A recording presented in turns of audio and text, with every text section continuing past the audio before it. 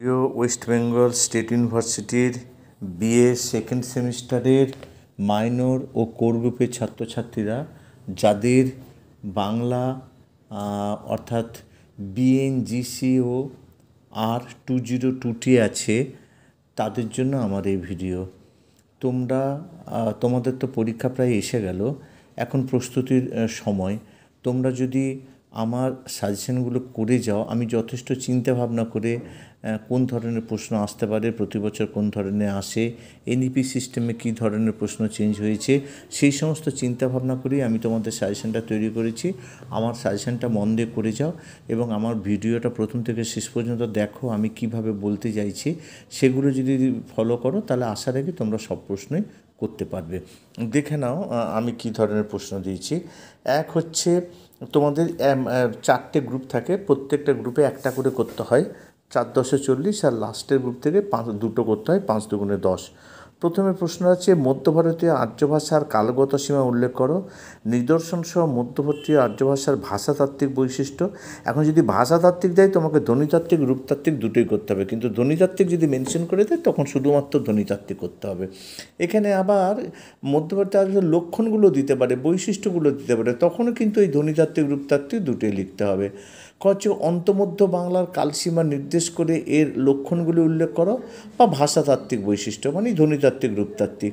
3, মধ্য বাংলা ভাষার কালগত সীমা ও সাহিত্যিক নিদর্শন উল্লেখ করো, অর্থাৎ মধ্য বাংলাতে সাহিত্যিক নিদর্শন কোন কোন সাহিত্য ছিল আর কত থেকে কত পর্যন্ত এই ভাষার ভাষাতাত্ত্বিক বৈশিষ্ট্য। 4 নম্বর, প্রাচীন ভারতীয় আর্য ভাষার কালগত সীমা নিদর্শন সহ প্রাচীন ভারতীয় আর্য ভাষার ধ্বনিতাত্ত্বিক বৈশিষ্ট্য। এটা কিন্তু ভাষাতাত্ত্বিক আর রূপতাত্ত্বিক দুটোই করে রাখবে। প্রাচীন বাংলা ভাষার কালগত সীমা এবং তার সাহিত্যিক নিদর্শন, এই ভাষার ভাষাতাত্ত্বিক বৈশিষ্ট্যগুলো উল্লেখ করো। এবার একক 2, বরেন্দ্রী, বঙ্গালী, রাঢ়ী এবং কামরূপী ভাষা কোন কোন অঞ্চলে প্রচলিত, এই উপভাষাগুলোর বৈশিষ্ট্য, অর্থাৎ প্রত্যেকটা ধ্বনিতাত্ত্বিক রূপতাত্ত্বিক এবং তার অঞ্চলটা করে রাখবে। বাংলা ভাষার প্রধান ভাষা 5টা উপভাষা এবং সেগুলোর অবস্থান উল্লেখ করো। এবার একক 3, শব্দার্থ পরিবর্তনের যে কোনো দুটো ধারা উল্লেখ করো, অথবা আমরা বলবো যে লোক নিযুক্তি, বর্ণ বিপর্যয়, অর্থ সংকোচ, অর্থ সংক্রম, অর্থবিন্নতি, স্বরলোপ, শ্রুতিধ্বনি, সমীভবন, অপিনিহিতি, স্বরসঙ্গতি, সমাক্ষলোপ। এগুলো আবার 5এও চলে আসতে পারে, 5 থেকে 10-এ আসতে পারে, 10 থেকে 5-এ চলে যেতে পারে। এবার একক 4, রোমীয় বর্ণমালার পরিচয় দাও, রোমীয় বর্ণমালার উদ্ভব ও বিকাশের ধারা সম্পর্কে আলোচনা করো। টোটাল রোমীয় বর্ণমালাটা করে রাখবে। আর আন্তর্জাতিক ধ্বনি, এই যে লিপ্যন্তর আমি একটা দিয়েছি, তোমরা কিন্তু 2-3টে প্র্যাকটিস করে রাখবে।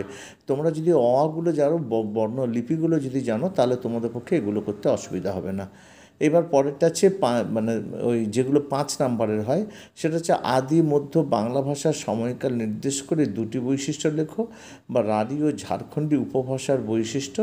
উদাহরণসহ সংজ্ঞা দাও। এই সংজ্ঞাগুলো ওপরে যে সংজ্ঞা আছে সেগুলো এখানে চলে আসতে পারে। স্বরভক্তি, আদি ও মধ্য স্বরাগম, বিষমীভবন ও মহাপ্রাণবর্ণ। যদি ভিডিওটি ভালো লাগে, গুরুত্বপূর্ণ বলে মনে হয়, অবশ্যই বন্ধুদের শেয়ার করো, তাদেরও জানতে সাহায্য করবে। আর একটা কথা, যারা এখনও পর্যন্ত আমার চ্যানেলকে সাবস্ক্রাইব করোনি, অবশ্যই তোমরা চ্যানেলটিকে সাবস্ক্রাইব করে রাখো, কারণ এই ধরনের ভিডিও, সাজেশন, নোটস বা গুরুত্বপূর্ণ কোনো তথ্য জানা থাকলে আমি যদি সাবস্ক্রাইব করে থাকে, তাহলে তোমাদের কাছে এটা প্রথম পৌঁছে যাবে। আজ এই পর্যন্ত, আবার দেখা হবে পরবর্তী কোনো ভিডিওতে।